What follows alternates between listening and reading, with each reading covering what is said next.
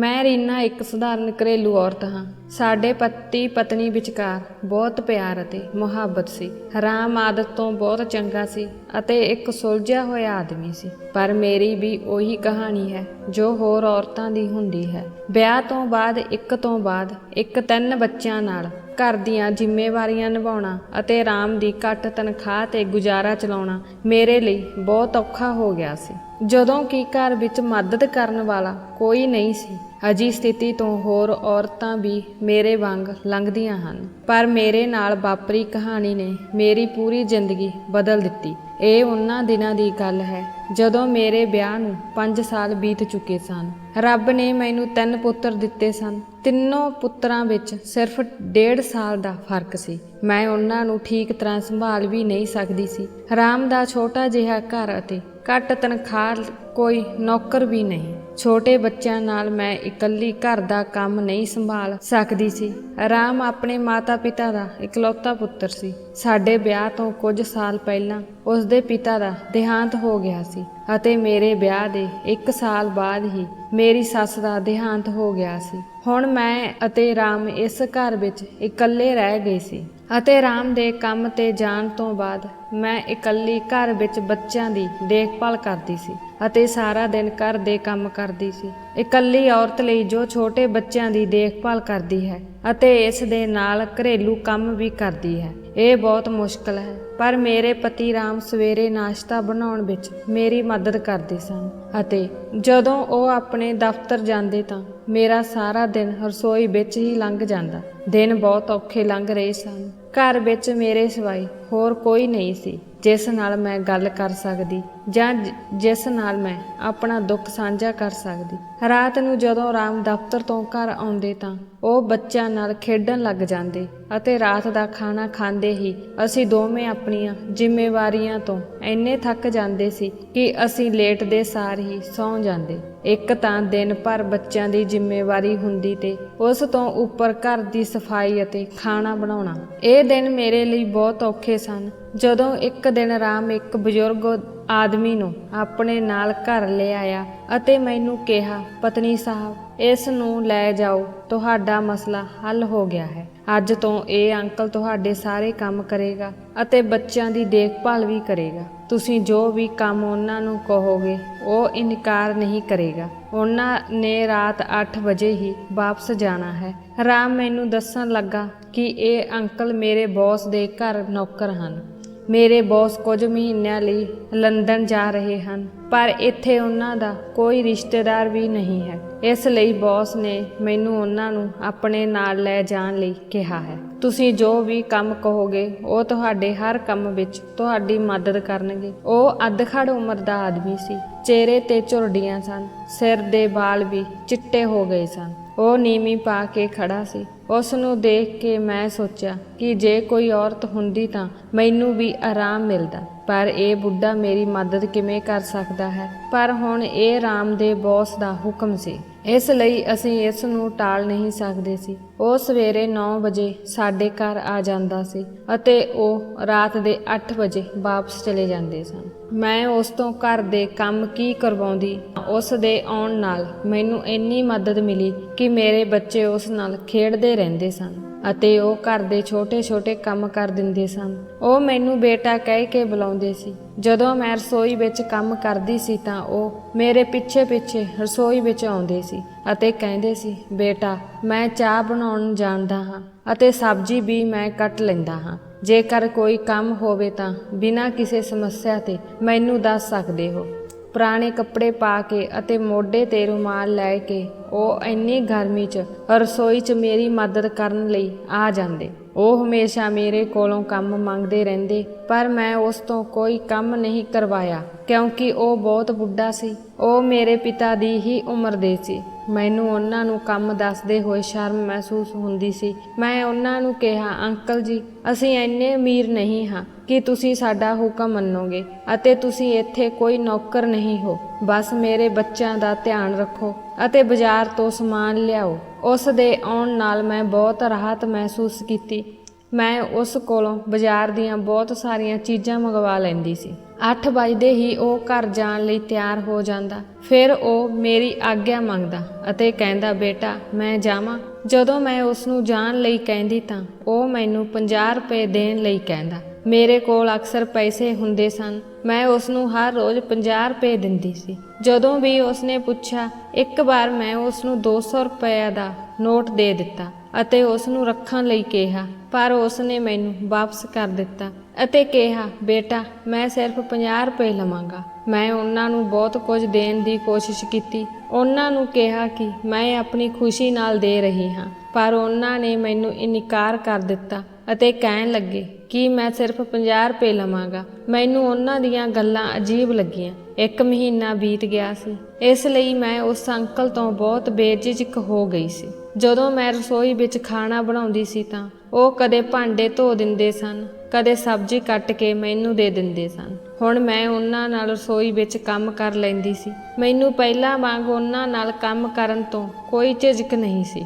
ਰਸੋਈ ਵਿੱਚ ਕੋਈ ਝਿਜਕ ਨਹੀਂ ਸੀ। ਉਹ ਮੇਰੇ ਨਾਲ ਬੱਚਿਆਂ ਬਾਰੇ ਵੀ ਗੱਲ ਕਰਦੇ ਸਨ। ਕਦੇ ਕਤਾਈ ਸਬਜ਼ੀ ਕੱਟਦੇ ਹੋਏ ਉਹ ਮੈਨੂੰ ਖਾਣਾ ਪਕਾਉਣ ਦੀ ਰੈਸਪੀ ਪੁੱਛਣ ਲੱਗ ਪੈਂਦੇ। ਹੁਣ ਮੈਂ ਉਹਨਾਂ ਨਾਲ ਗੱਲ ਕਰਦਿਆਂ ਝਿਜਕਦੀ ਨਹੀਂ ਸੀ। ਦੁਪਹਿਰ ਨੂੰ ਜਦੋਂ ਮੈਂ ਆਪਣੇ ਬੱਚਿਆਂ ਦੇ ਸੌਣ ਤੋਂ ਬਾਅਦ ਰਸੋਈ ਵਿੱਚ ਕੰਮ ਕਰਨ ਲਈ ਆਉਂਦੀ ਤਾਂ ਉਹ ਅੰਕਲ ਮੇਰੀ ਮਦਦ ਕਰਨ ਲਈ ਮੇਰੇ ਪਿੱਛੇ ਰਸੋਈ ਵੱਲ ਆਉਂਦੇ। ਇੱਕ ਵਾਰ ਮੈਂ ਉਹਨਾਂ ਨੂੰ ਉਹਨਾਂ ਦੇ ਪਰਿਵਾਰਕ ਮੈਂਬਰਾਂ ਬਾਰੇ ਪੁੱਛਿਆ ਤਾਂ ਉਹਨਾਂ ਦੇ ਚਿਹਰੇ ਤੋਂ ਮੁਸਕਰਾਹਟ ਗਾਇਬ ਹੋ ਗਈ। ਉਹਨਾਂ ਦੇ ਚਿਹਰੇ ਦਾ ਰੰਗ ਉੱਡ ਗਿਆ। ਇਸ ਤੋਂ ਬਾਅਦ ਉਹ ਮੇਰੇ ਵੱਲ ਗੁੱਸੇ ਨਾਲ ਦੇਖਣ ਲੱਗੇ। ਪਹਿਲੀ ਵਾਰ ਮੈਂ ਉਹਨਾਂ ਨੂੰ ਦੇਖ ਕੇ ਡਰ ਗਈ ਸੀ। ਫਿਰ ਮੈਂ ਉਹਨਾਂ ਦੇ ਚਿਹਰੇ ਤੋਂ ਅੱਖਾਂ ਹਟਾ ਲਈਆਂ ਅਤੇ ਆਪਣੇ ਕੰਮ ਵਿੱਚ ਰੁੱਝ ਗਈ। ਉਸਨੇ ਮੈਨੂੰ ਕੋਈ ਜਵਾਬ ਨਹੀਂ ਦਿੱਤਾ, ਬਸ ਚੁੱਪਚਾਪ ਰਸੋਈ ਛੱਡ ਕੇ ਬਾਹਰ ਚਲੇ ਗਿਆ। ਮੈਂ ਮਨ ਵਿੱਚ ਸੋਚਿਆ ਕਿ ਮੈਨੂੰ ਉਸ ਦੇ ਪਰਿਵਾਰ ਬਾਰੇ ਪੁੱਛਣ ਦੀ ਕੀ ਲੋੜ ਸੀ। ਇਸ ਤੋਂ ਚੰਗਾ ਸੀ ਕਿ ਮੈਂ ਆਪਣੇ ਕੰਮ ਵਿੱਚ ਧਿਆਨ ਰੱਖਾਂ। ਹੁਣ ਮੈਂ ਉਸ ਨੂੰ ਕਦੇ ਕੋਈ ਸਵਾਲ ਨਹੀਂ ਪੁੱਛਾਂਗੀ। ਅਗਲੇ ਦਿਨ ਜਦੋਂ ਉਹ ਸਵੇਰੇ ਘਰ ਆਇਆ ਤਾਂ ਉਸ ਦਾ ਵਿਵਹਾਰ ਪਹਿਲਾਂ ਵਰਗਾ ਹੀ ਸੀ। ਫਿਰ ਉਹ ਗੱਲਾਂ ਕਰਦਿਆਂ ਆਪਣੇ ਮਾਲਕ ਦੀਆਂ ਕਹਾਣੀਆਂ ਸੁਣਾਉਣ ਲੱਗਾ। ਆਪਣੇ ਬੱਚਿਆਂ ਦਾ ਜ਼ਿਕਰ ਕਰਨ ਲੱਗਾ। ਕਹਿਣ ਲੱਗੇ, ਬੇਟਾ ਤੈਨੂੰ ਕੀ ਦੱਸਾਂ, ਰਵੀ ਸਾਹਿਬ ਆਦਤ ਤੋਂ ਬਹੁਤ ਚੰਗੇ ਹਨ। ਮੇਰਾ ਬਹੁਤ ਖਿਆਲ ਰੱਖਦੇ ਹਨ। ਉਹਨਾਂ ਦੇ ਬੱਚੇ ਵੀ ਜੇ ਕਦੇ ਕਤਾਈ ਉਹ ਚਿੜ ਜਾਂਦੇ ਹਨ ਤਾਂ ਮੇਰੇ ਨਾਲ ਮਾੜਾ ਵਿਵਹਾਰ ਕਰਦੇ ਹਨ, ਨਹੀਂ ਤਾਂ ਉਹ ਮੇਰੇ ਨਾਲ ਬਹੁਤ ਵਧੀਆ ਢੰਗ ਨਾਲ ਗੱਲ ਕਰਦੇ ਹਨ। ਮੈਂ ਉਸ ਨੂੰ ਪੁੱਛਿਆ, ਅੰਕਲ ਤੁਸੀਂ ਵੱਡੀ ਮੈਡਮ ਬਾਰੇ ਕਦੇ ਕੁਝ ਨਹੀਂ ਦੱਸਿਆ, ਉਹ ਕਿਵੇਂ ਹੈ? ਮੈਂ ਰਸੋਈ ਵਿੱਚ ਸਲਾਦ ਕੱਢਦੀ ਹੋਈ ਉਸ ਨੂੰ ਪੁੱਛਣ ਲੱਗੀ। ਉਹ ਵੀ ਮੇਰੇ ਕੋਲ ਹੀ ਬੈਠਾ ਸੀ। ਉਸਨੇ ਡੂੰਘਾ ਸਾਹ ਲਿਆ। ਫਿਰ ਉਹਨਾਂ ਨੇ ਕਿਹਾ ਕਿ ਉਸ ਦਾ ਸੁਭਾਅ ਬਹੁਤ ਗਰਮ ਹੈ, ਪਰ ਉਹ ਵੀ ਚੰਗੀ ਹੈ। ਮੈਂ ਹੁਣ ਕੀ ਕਰਾਂ? ਮੈਂ ਇੱਕ ਨੌਕਰ ਹਾਂ ਤੇ ਨੌਕਰ ਦਾ ਹਾਲ ਕੌਣ ਪੁੱਛਦਾ ਹੈ? ਸਾਨੂੰ ਤਾਂ ਕੰਮ ਤੱਕ ਹੀ ਮਤਲਬ ਹੈ। ਉਹ ਲਾਪਰਵਾਹੀ ਦਿਖਾਉਣ ਲੱਗ ਪਏ। ਮੈਂ ਉਸ ਨੂੰ ਪੁੱਛਿਆ, ਅੰਕਲ ਰਵੀ ਸਾਹਿਬ ਤੁਹਾਨੂੰ ਕਿੰਨੀ ਤਨਖਾਹ ਦਿੰਦੇ ਹਨ? ਮੈਂ ਸਲਾਦ ਨੂੰ ਪਲੇਟ ਵਿੱਚ ਸਜਾਉਂਦੇ ਹੋਏ ਉਸ ਨੂੰ ਪੁੱਛਿਆ। ਉਹ ਕੁਝ ਚਿਰ ਮੇਰੇ ਵੱਲ ਧਿਆਨ ਨਾਲ ਦੇਖਣ ਲੱਗੇ। ਉਹਨਾਂ ਦੇ ਚਿਹਰੇ ਦਾ ਰੰਗ ਫਿਰ ਉੱਡ ਗਿਆ। ਇਸ ਵਾਰ ਵੀ ਉਸਨੇ ਮੇਰੀ ਗੱਲ ਦਾ ਕੋਈ ਜਵਾਬ ਨਹੀਂ ਦਿੱਤਾ। ਉਸਨੇ ਬਸ ਗੱਲ ਟਾਲਦਿਆਂ ਕਿਹਾ ਕਿ ਮੈਂ ਬੱਚਿਆਂ ਨੂੰ ਦੇਖ ਕੇ ਆਉਂਦਾ ਹਾਂ। ਇਹ ਕਹਿ ਕੇ ਉਹ ਰਸੋਈ ਤੋਂ ਬਾਹਰ ਚਲਾ ਗਿਆ। ਇੱਕ ਵਾਰ ਉਹ ਰਸੋਈ ਵਿੱਚ ਸਬਜ਼ੀ ਕੱਟ ਰਿਹਾ ਸੀ ਅਤੇ ਬਹੁਤ ਗਰਮੀ ਸੀ, ਇਸ ਲਈ ਉਸਨੇ ਆਪਣੀਆਂ ਬਾਹਾਂ ਦੀਆਂ ਕਫਾਂ ਨੂੰ ਉੱਪਰ ਚੁੱਕ ਲਿਆ। ਮੈਂ ਵੀ ਉੱਥੇ ਰੋਟੀਆਂ ਬਣਾ ਰਹੀ ਸੀ ਜਦੋਂ ਮੇਰੀ ਨਜ਼ਰ ਉਸਦੇ ਹੱਥਾਂ ਪੈਰਾਂ ਤੇ ਪਈ। ਉਸਦੇ ਹੱਥ ਤੇ ਡੂੰਘੇ ਜ਼ਖਮ ਦੇ ਨਿਸ਼ਾਨ ਸਨ। ਅਜਿਹਾ ਲੱਗ ਰਿਹਾ ਸੀ ਕਿ ਉਸ ਦਾ ਹੱਥ ਬੁਰੀ ਤਰ੍ਹਾਂ ਸੜਿਆ ਹੋਇਆ ਸੀ। ਅੰਕਲ ਇਹ ਹੱਥ ਕਿਵੇਂ ਸੜ ਗਿਆ? ਇਹ ਬਹੁਤ ਵੱਡਾ ਨਿਸ਼ਾਨ ਹੈ। ਉਸ ਦਾ ਹੱਥ ਦੇਖ ਕੇ ਮੇਰਾ ਦਿਲ ਕੰਬ ਰਿਹਾ ਸੀ। ਉਹ ਕੁਝ ਘਬਰਾ ਗਿਆ ਤੇ ਗਲਾਸ ਵੀ ਉਸ ਦੇ ਹੱਥੋਂ ਖਿਸ ਕੇ ਸ਼ੰਕ ਵਿੱਚ ਜਾ ਡਿੱਗਿਆ। ਉਸਨੇ ਜਲਦੀ ਨਾਲ ਆਪਣੀਆਂ ਬਾਹਾਂ ਦੀਆਂ ਕਫਾਂ ਹੇਠਾਂ ਕੀਤੀਆਂ ਅਤੇ ਫਿਰ ਬਰਤਨ ਧੋਣ ਲੱਗਾ। ਉਸ ਦੇ ਚਿਹਰੇ ਤੇ ਪਛਤਾਵਾ ਝਲਕ ਰਿਹਾ ਸੀ। ਪਤਾ ਨਹੀਂ ਕਿਉਂ ਉਹ ਮੈਨੂੰ ਪਰੇਸ਼ਾਨ ਕਰਨ ਲੱਗ ਪਏ ਸਨ। 8 ਵਜੇ ਉਹ ਆਪਣੇ ਘਰ ਜਾਣ ਦੀ ਕਾਹਲੀ ਵਿੱਚ ਸੀ। ਰਾਮ ਨੇ ਉਸ ਨੂੰ ਕਈ ਵਾਰ ਕਿਹਾ ਕਿ ਸਾਡੇ ਘਰ ਦਾ ਇੱਕ ਕਮਰਾ ਮਹਿਮਾਨਾਂ ਲਈ ਖਾਲੀ ਹੈ, ਤੁਸੀਂ ਉੱਥੇ ਆਰਾਮ ਕਰੋ ਜਾਂ ਕੁਝ ਸਮਾਂ ਹੋਰ ਰੁਕੋ, ਪਰ ਨਹੀਂ, ਉਹ ਇਸ ਤਰ੍ਹਾਂ ਕਾਹਲੀ ਕਰਦੇ ਸਨ ਜਿਵੇਂ ਕੋਈ ਉਹਨਾਂ ਦੀ ਉਡੀਕ ਕਰ ਰਿਹਾ ਹੋਵੇ। ਇੱਕ ਵਾਰ ਉਹ ਆਪ ਹੀ ਮੈਨੂੰ ਆਪਣੀ ਪਤਨੀ ਬਾਰੇ ਦੱਸਣ ਲੱਗਾ। ਉਹਨਾਂ ਨੇ ਕਿਹਾ ਕਿ ਉਹ ਮੇਰਾ ਬਹੁਤ ਧਿਆਨ ਰੱਖਦੀ ਹੈ ਉਹ ਬਹੁਤ ਚੰਗੀ ਔਰਤ ਹੈ। ਜਿਵੇਂ ਤੁਸੀਂ ਆਪਣੇ ਪਤੀ ਰਾਮ ਦਾ ਧਿਆਨ ਰੱਖਦੇ ਹੋ, ਪਰਮਾਤਮਾ ਤੁਹਾਡੀ ਦੋਹਾਂ ਦੀ ਜੋੜੀ ਨੂੰ ਹਮੇਸ਼ਾ ਚੜ੍ਹਦੀ ਕਲਾ ਵਿੱਚ ਰੱਖੇ, ਹਮੇਸ਼ਾ ਖੁਸ਼ ਰੱਖੇ। ਮੈਂ ਉਸ ਨੂੰ ਕਿਹਾ ਕਿ ਤੁਹਾਨੂੰ ਆਂਟੀ ਨਾਲ ਬਹੁਤ ਪਿਆਰ ਹੈ, ਇਸੇ ਲਈ ਤੁਸੀਂ 8 ਵਜੇ ਤੋਂ ਜਲਦੀ ਨਿਕਲਣ ਦੀ ਕਾਹਲੀ ਵਿੱਚ ਰਹਿੰਦੇ ਹੋ। ਉਹ ਤੁਹਾਡੀ ਉਡੀਕ ਕਰ ਰਹੀ ਹੋਵੇਗੀ। ਮੇਰੇ ਕਹਿਣ ਤੇ ਉਸ ਦੇ ਚਿਹਰੇ ਤੇ ਉਦਾਸੀ ਛਾ ਗਈ ਅਤੇ ਉਹ ਡੂੰਘੀ ਸੋਚ 'ਚ ਗੁਆਚ ਗਿਆ ਅਤੇ ਬੋਲਿਆ, ਤੂੰ ਠੀਕ ਹੈ ਬੇਟਾ, ਉਹ ਮੇਰਾ ਇੰਤਜ਼ਾਰ ਕਰ ਰਹੀ ਹੈ। ਭਾਵੇਂ ਮੈਂ ਥੋੜੀ ਦੇਰ ਕਰ ਦੇਵਾਂ, ਉਹ ਦਰਵਾਜ਼ੇ ਤੇ ਖੜ ਕੇ ਮੇਰਾ ਇੰਤਜ਼ਾਰ ਕਰਨ ਲੱਗਦੀ ਹੈ। ਉਹ ਮੇਰੇ ਲਈ ਬਹੁਤ ਚਿੰਤਤ ਹੋ ਜਾਂਦੀ ਹੈ। ਜਦੋਂ ਮੈਂ ਘਰ ਜਾਂਦਾ ਹਾਂ, ਮੈਂ ਉਸ ਦੇ ਕੋਲ ਬੈਠਦਾ ਹਾਂ। ਇਸੇ ਲਈ ਮੇਰੇ ਪੋਤੇ ਪੋਤੀਆਂ ਆ ਕੇ ਮੈਨੂੰ ਜੱਫੀ ਪਾਉਂਦੇ ਹਨ, ਹੱਥ ਚੁੰਮਦੇ ਹਨ, ਦਾਦਾ ਦਾਦੀ ਕਹਿੰਦੇ ਹਨ ਅਤੇ ਮੇਰੀ ਗੋਦੀ 'ਚ ਬੈਠ ਜਾਂਦੇ ਹਨ। ਨੂੰਹ ਆ ਕੇ ਮੈਨੂੰ ਪਾਣੀ ਦਾ ਗਲਾਸ ਦਿੰਦੀ ਹੈ। ਉਹ ਮੈਨੂੰ ਕਹਿੰਦੀ ਹੈ ਕਿ ਪਿਤਾ ਜੀ, ਖਾਣਾ ਵੀ ਗਰਮ ਹੈ, ਜੇ ਤੁਸੀਂ ਮੰਗੋਗੇ ਤਾਂ ਮੈਂ ਤੁਹਾਡੇ ਲਈ ਰੱਖ ਦੇਵਾਂਗੀ। ਪਰ ਤੁਸੀਂ ਉਹੇ ਜੇ ਹੋ, ਮੈਨੂੰ ਖਾਣਾ ਖਵਾਏ ਬਿਨਾਂ ਇੱਥੋਂ ਨਹੀਂ ਜਾਣ ਦਿੰਦੇ। ਮੈਨੂੰ ਹਰ ਰੋਜ਼ ਆਪਣੀ ਨੂੰਹ ਨੂੰ ਇਨਕਾਰ ਕਰਦਿਆਂ ਸ਼ਰਮ ਆਉਂਦੀ ਹੈ। ਉਹ ਮੇਰੇ ਸਿਰ ਤੇ ਹੱਥ ਰੱਖ ਕੇ ਪਿਆਰ ਨਾਲ ਬੋਲਿਆ, ਜਿਵੇਂ ਕੋਈ ਆਪਣੀ ਧੀ ਨੂੰ ਪਿਆਰ 'ਚ ਕਹਿੰਦਾ ਹੈ। ਫਿਰ ਰਾਤ ਨੂੰ ਮੇਰਾ ਬੇਟਾ ਦਫ਼ਤਰ ਤੋਂ ਆ ਕੇ ਕਾਫੀ ਦੇਰ ਤੱਕ ਮੇਰੀਆਂ ਲੱਤਾਂ ਨੂੰ ਦਬਾਉਂਦਾ ਰਹਿੰਦਾ ਹੈ। ਮੈਂ ਉਸ ਨੂੰ ਆਖਦਾ ਹਾਂ ਕਿ ਤੂੰ ਆਪ ਤਾਂ ਕੰਮ ਤੋਂ ਥੱਕਿਆ ਹੋਇਆ ਆਉਂਦਾ ਹੈ, ਫਿਰ ਮੇਰੀਆਂ ਲੱਤਾਂ ਦਬਾਉਣ ਕਿਉਂ ਬੈਠ ਜਾਂਦਾ ਹੈ। ਮੈਂ ਸਾਰਾ ਦਿਨ ਕਿਹੜਾ ਕੰਮ ਕਰਦਾ ਹਾਂ, ਕਿਉਂਕਿ ਰੀਨਾ ਅਤੇ ਰਾਮ ਮੈਨੂੰ ਕੋਈ ਕੰਮ ਨਹੀਂ ਕਰਨ ਦਿੰਦੇ, ਮੇਰਾ ਬਹੁਤ ਖਿਆਲ ਰੱਖਦੇ ਹਨ।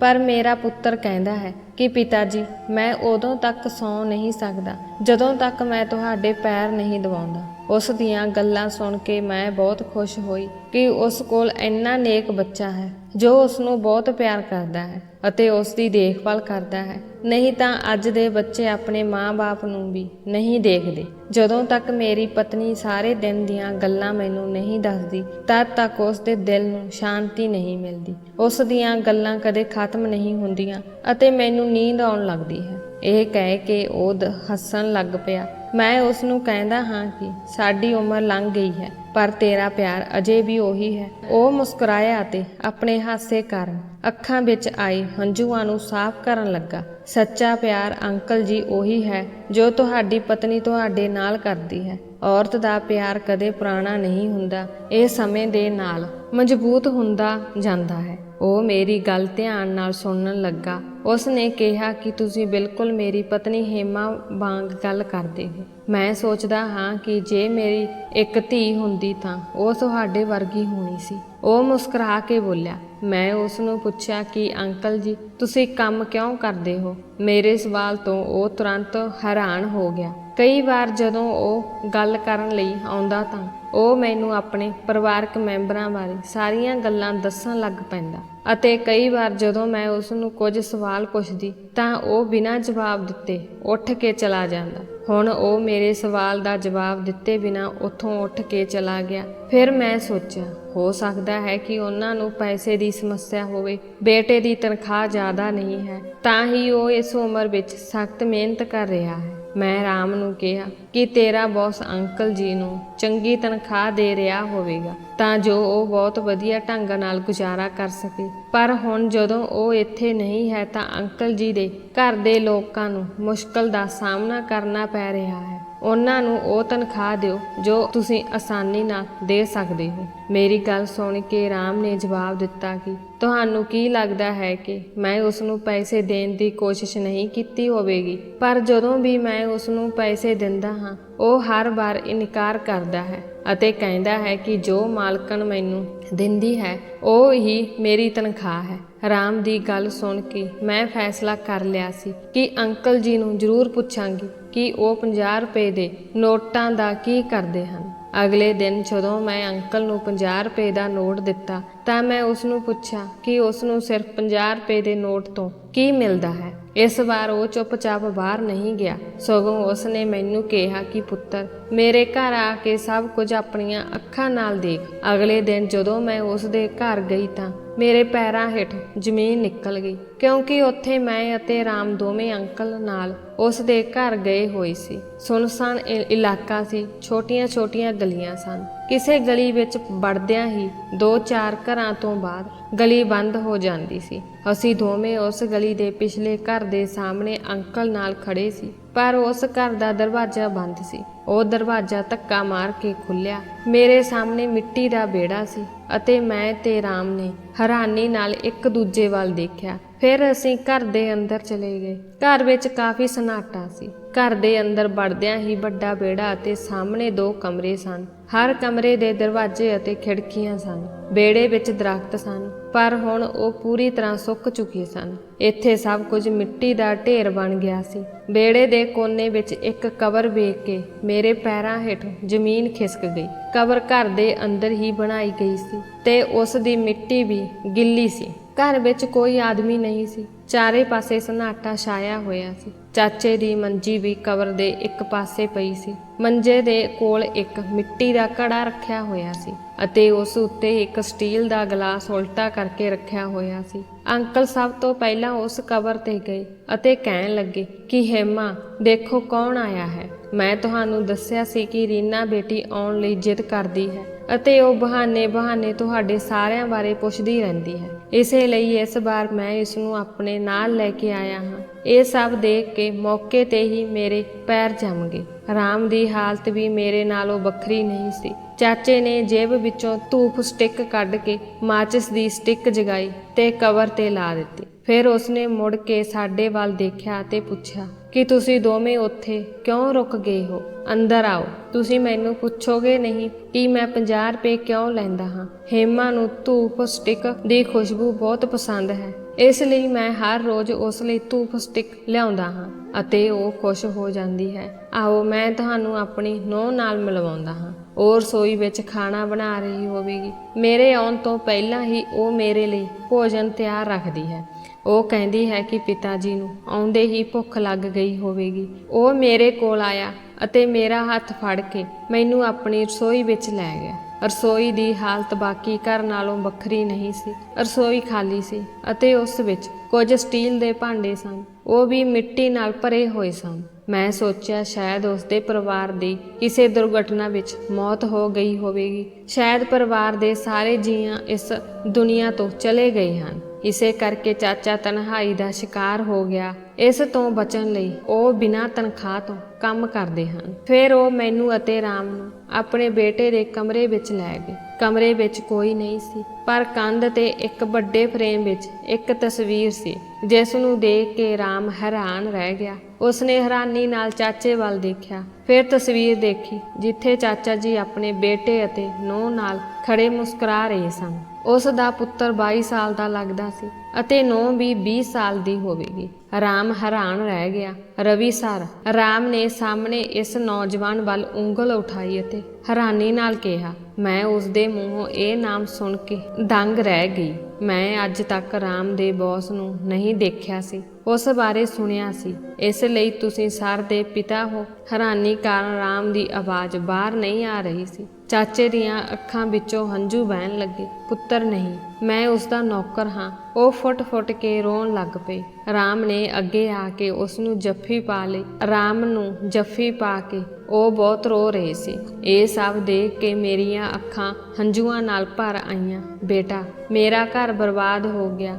ਅੱਜ ਤੱਕ ਮੈਨੂੰ ਇਹ ਵੀ ਨਹੀਂ ਪਤਾ ਲੱਗਾ ਕਿ ਮੇਰਾ ਕੀ ਕਸੂਰ ਸੀ। ਮੈਂ ਹਮੇਸ਼ਾ ਆਪਣੇ ਮਾਤਾ ਪਿਤਾ ਦਾ ਪਾਲਣ ਕੀਤਾ, ਉਸ ਦੀ ਸੇਵਾ ਕਰਨ, ਆਪਣੇ ਪੁੱਤਰ ਦੀ ਚੰਗੀ ਪਰਵਰਿਸ਼ ਕਰਨ, ਚੰਗੀ ਸਿੱਖਿਆ ਦੇਣ ਲਈ ਮੈਂ ਆਪਣੀਆਂ ਸਾਰੀਆਂ ਪਸੰਦਾਂ ਅਤੇ ਸ਼ਾਂਤੀ ਕੁਰਬਾਨ ਕਰ ਦਿੱਤੀਆਂ ਸਨ। ਮੈਂ ਸ਼ੁਰੂ ਤੋਂ ਹੀ ਅਨਿਲ ਸਰ ਦੇ ਘਰ ਕੰਮ ਕੀਤਾ ਸੀ। ਉਸ ਸਮੇਂ ਮੈਨੂੰ 50 ਰੁਪਏ ਦਿਨ ਦੀ ਤਨਖਾਹ ਮਿਲਦੀ ਸੀ। ਇਸ ਨਾਲ ਮੇਰਾ ਘਰ ਵਧੀਆ ਚੱਲ ਰਿਹਾ ਸੀ। ਮੇਰੀ ਡਿਊਟੀ 8 ਵਜੇ ਤੱਕ ਹੀ ਸੀ। ਮੇਰਾ ਪੁੱਤਰ ਬਹੁਤ ਛੋਟਾ ਸੀ। ਮੇਰੀ ਪਤਨੀ ਸਾਰਾ ਦਿਨ ਇਸ ਘਰ ਵਿੱਚ ਮੇਰੇ ਮਾਤਾ ਪਿਤਾ ਦੀ ਦੇਖਭਾਲ ਕਰਦੀ। ਕਦੇ ਉਸਨੇ ਇੰਨੀ ਹਿੰਮਤ ਵੀ ਨਹੀਂ ਕੀਤੀ ਕਿ ਆਪਣੀ ਸੱਸ ਨੂੰ ਉਲਟਾ ਜਵਾਬ ਦੇ ਸਕੇ ਜਾਂ ਮੇਰੇ ਪਿਤਾ ਨੂੰ ਅੱਖ ਉਠਾ ਕੇ ਦੇਖ ਸਕੇ। ਬਸ ਸਾਰਾ ਦਿਨ ਸਿਰ ਝੁਕਾ ਕੇ ਸੱਸ ਸਹੁਰੇ ਦਾ ਹਰ ਹੁਕਮ ਮੰਨ ਕੇ ਉਹਨਾਂ ਦੀ ਸੇਵਾ ਕਰਦੀ।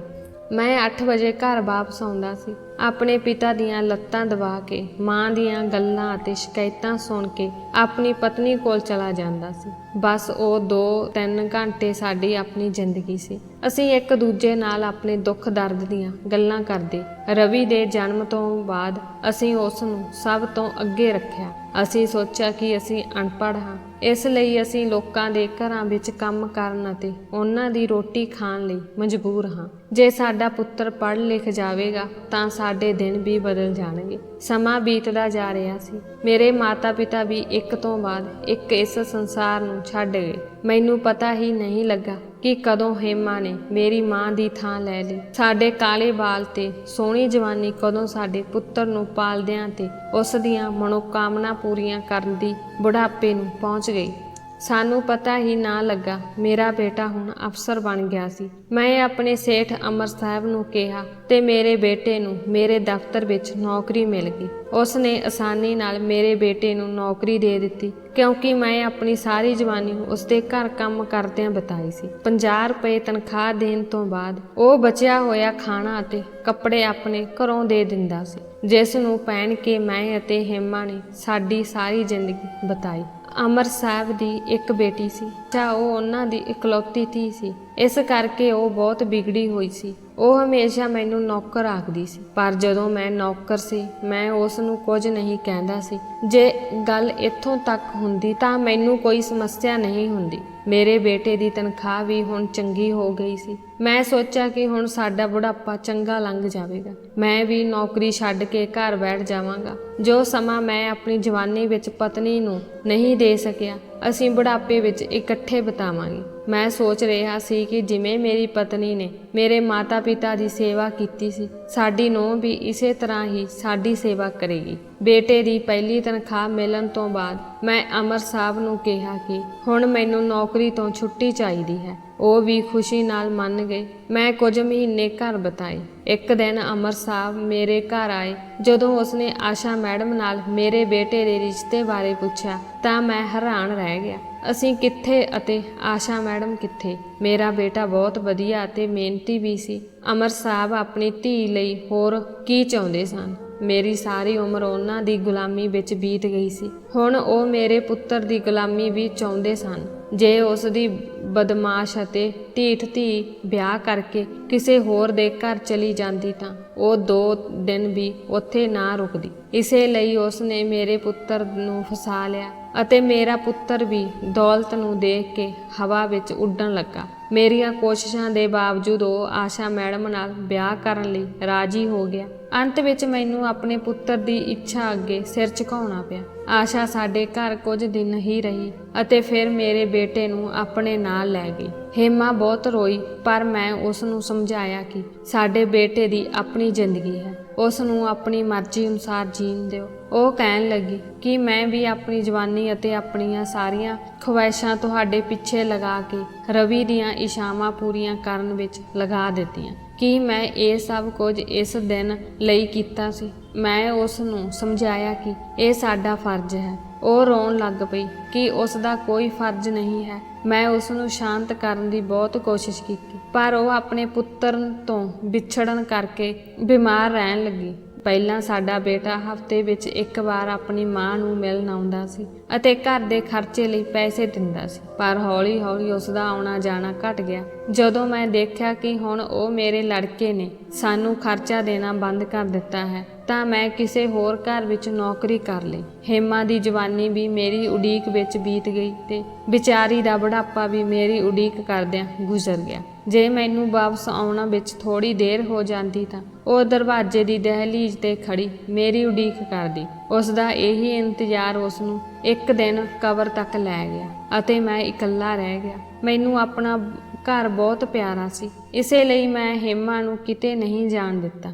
ਉਸ ਨੂੰ ਉਸੇ ਵਿਹੜੇ ਵਿੱਚ ਕੱਚੀ ਜ਼ਮੀਨ ਵਿੱਚ ਦਫਨਾਇਆ। ਮੇਰਾ ਬੇਟਾ ਮੈਨੂੰ ਜ਼ਬਰਦਸਤੀ ਆਪਣੇ ਨਾਲ ਲੈ ਗਿਆ। ਮੈਂ ਉੱਥੇ ਦਿਨ ਕੱਢਦਾ ਸੀ, ਪਰ ਰਾਤ ਦੇ 8 ਵਜੇ ਮੈਨੂੰ ਲੱਗਾ ਜਿਵੇਂ ਹੇਮਾ ਇਕੱਲੀ ਹੋਵੇ ਤੇ ਮੇਰਾ ਇੰਤਜ਼ਾਰ ਕਰ ਰਹੀ ਹੋਵੇ। ਇਸ ਲਈ ਮੈਂ ਘਰ ਵਾਪਸ ਆ ਜਾਂਦਾ ਅਤੇ ਇੱਥੇ ਰਾਤ ਕੱਟ ਕੇ ਆਸ਼ਾ ਨੇ ਮੈਨੂੰ ਕਦੇ ਆਪਣਾ ਸਹੁਰਾ ਨਹੀਂ ਮੰਨਿਆ ਅਤੇ ਨਾ ਹੀ ਮੇਰੀ ਇੱਜ਼ਤ ਕੀਤੀ।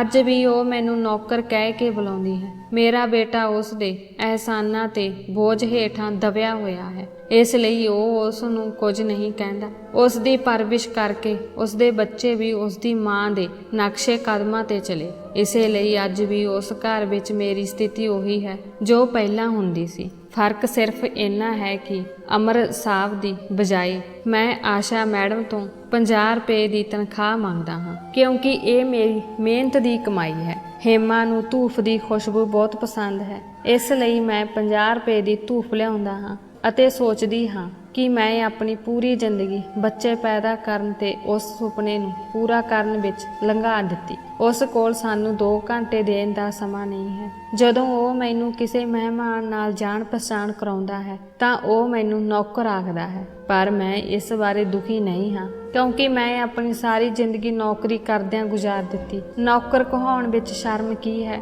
ਹੁਣ ਜਦੋਂ ਪਤਨੀ ਨੂੰ ਸਮਾਂ ਦੇਣ ਦਾ ਸਮਾਂ ਆਇਆ ਤਾਂ ਉਸ ਕੋਲ ਸਮਾਂ ਨਹੀਂ ਬਚਿਆ ਸੀ। ਉਹ ਇਸ ਦੁਨੀਆ ਤੋਂ ਚਲੀ ਗਈ, ਪਰ ਫਿਰ ਵੀ ਮੈਂ ਉਸ ਦੇ ਕੋਲ ਬੈਠਦਾ ਹਾਂ, ਉਸ ਨਾਲ ਗੱਲ ਕਰਦਾ ਹਾਂ। ਮੈਨੂੰ ਆਪਣੀ ਜ਼ਿੰਦਗੀ ਤੋਂ ਕੋਈ ਸ਼ਿਕਾਇਤ ਨਹੀਂ ਹੈ। ਅਸੀਂ ਅੰਕਲ ਦੀ ਸਾਰੀ ਕਹਾਣੀ ਸੁਣ ਲਈ ਸੀ। ਰੋਣ ਨਾਲ ਮੈਨੂੰ ਹਿਚਕੀ ਆਉਣ ਲੱਗੀ। ਇਹ ਕਿਹੋ ਜਿਹਾ ਅਪਰਾਧ ਸੀ? ਇੰਨੇ ਵੱਡੇ ਘਰ ਵਿੱਚ ਨੌਕਰਾਂ ਦੀ ਕੀ ਕਮੀ ਸੀ ਜੋ ਸਹੁਰੇ ਦੀ ਸੇਵਾ ਨਾ ਹੋ ਸਕੇ? ਅਤੇ ਇਹ ਕਿਹੜੀ ਨਵੀਂ ਕਹਾਣੀ ਹੈ? ਕਈ ਥਾਵਾਂ ਤੇ ਬੱਚੇ ਆਪਣੇ ਮਾਤਾ ਪਿਤਾ ਨਾਲ ਅਜਿਹਾ ਵਿਵਹਾਰ ਕਰਦੇ ਹਨ, ਪਰ ਪ੍ਰਮਾਤਮਾ ਉਹਨਾਂ ਨੂੰ ਉਹਨਾਂ ਦੇ ਕੀਤੇ ਦੀ ਸਜ਼ਾ ਜ਼ਰੂਰ ਦੇਵੇਗਾ, ਕਿਉਂਕਿ ਉਹਨਾਂ ਦੇ ਵੀ ਇੱਕ ਦਿਨ ਕਿਸੇ ਦੇ ਮਾਤਾ ਪਿਤਾ ਬਣਨਾ ਹੈ। ਆਪਣੇ ਤੇ ਜ਼ੁਲਮ ਹੋਣ ਤੇ ਉਹ ਆਪਣੇ ਮਾਪਿਆਂ ਦੇ ਦਰਦ ਨੂੰ ਮਹਿਸੂਸ ਕਰਨਗੇ। ਦੋਸਤੋ, ਮੈਨੂੰ ਉਮੀਦ ਹੈ ਕਿ ਤੁਹਾਨੂੰ ਸਾਡੀ ਕਹਾਣੀ ਪਸੰਦ ਆਈ ਹੋਵੇਗੀ। ਜੇਕਰ ਤੁਹਾਨੂੰ ਕਹਾਣੀ ਚੰਗੀ ਲੱਗੀ ਤਾਂ ਵੀਡੀਓ ਨੂੰ ਲਾਈਕ ਕਰੋ। ਜੇਕਰ ਚੈਨਲ ਤੇ ਨਵੇਂ ਹੋ ਤਾਂ ਚੈਨਲ ਨੂੰ ਸਬਸਕ੍ਰਾਈਬ ਕਰੋ ਅਤੇ ਨੋਟੀਫਿਕੇਸ਼ਨ ਬੈਲ ਨੂੰ ਦਬਾਓ ਤਾਂ ਜੋ ਅਗਲੀਆਂ ਅਪਡੇਟਸ ਸਭ ਤੋਂ ਪਹਿਲਾਂ ਤੁਹਾਨੂੰ ਮਿਲ ਸਕੇ। ਧੰਨਵਾਦ।